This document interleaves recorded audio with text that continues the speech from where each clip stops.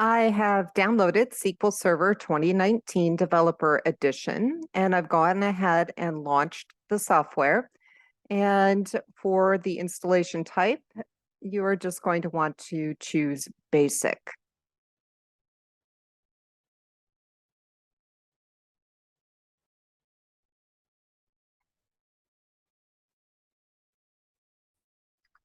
Then you should see the license, which you are definitely going to want to read through. And then once you're done reading, you're going to accept.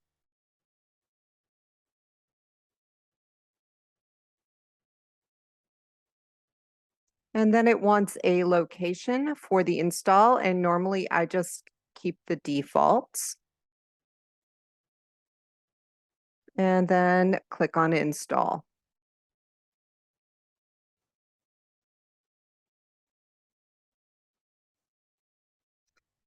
And in this particular window, the text that you see in red are just going to be links.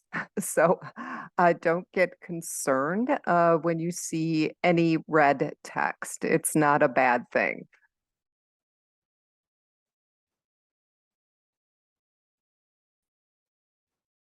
And you want to make sure you do install the SQL Server program before you install the interface that lets us use the program. So make sure you do SQL Server 2019 first. And while it's working on all of this, I'm going to pause the recording. Once your install is done, you should see a screen similar to this. And at this point, you're going to want to install ssms. Now, I downloaded this separately. Clicking on this is actually going to take me out to the web. Should take me out to the page that I've already linked in. So if you've downloaded this already, you can just go ahead and install it. You don't really need to click on that install link. And so here is the ssms. I'm going to go ahead and click on that.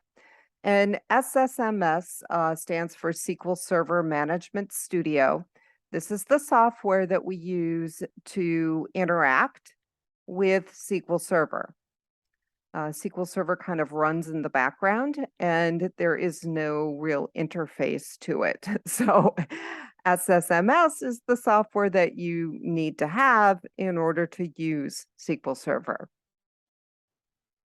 So you definitely need to install that. Okay, and I'm going to say yes. I'm going to allow it to make changes.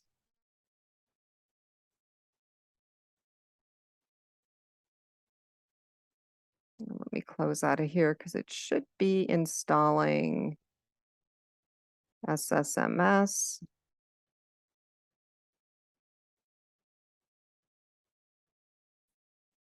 So when it installs the ssms, you should see something like this. And as of today, this is the current release.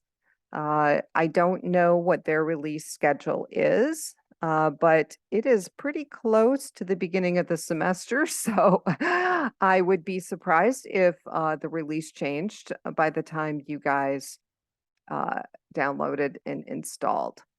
Okay, so this is, as of today, the current release. So I'm going to go ahead and install this.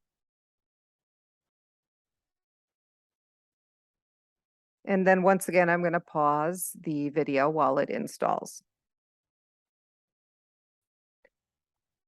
And when your ssms is completely done, you're going to see setup complete, and then you can close.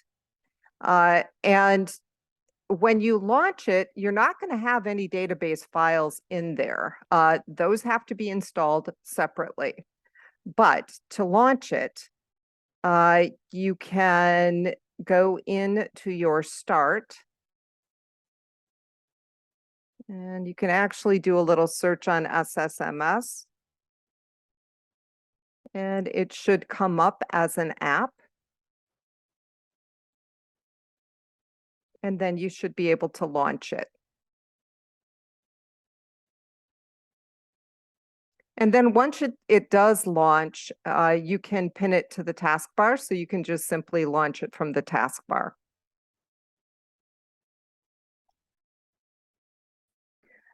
Now, once it launches in the background, you are going to see the ssms window. Of course, that opened on my other screen.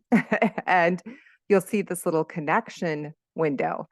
And yours will probably say, whatever your computer name is, MS SQL Server 01. I've installed this more than one time. So, or actually, yours will probably just say, it might just say your laptop name. I've installed this several times, so mine says something different. The important thing down here is your authentication. It should be Windows, and you should be able to connect.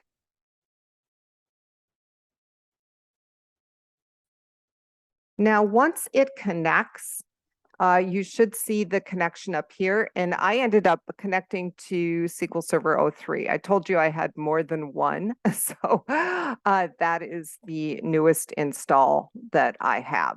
You guys should only have to install this once, so you should not have this issue. When you first come in here, if you look under databases, you're going to have some system databases, and that's pretty much it. Our next video is going to show you how to install the different databases that you need for this class. Okay, when you're done using this, all you have to do really is click on the X on the upper right corner. I'm going to go ahead and stay in here because I need to install those database files.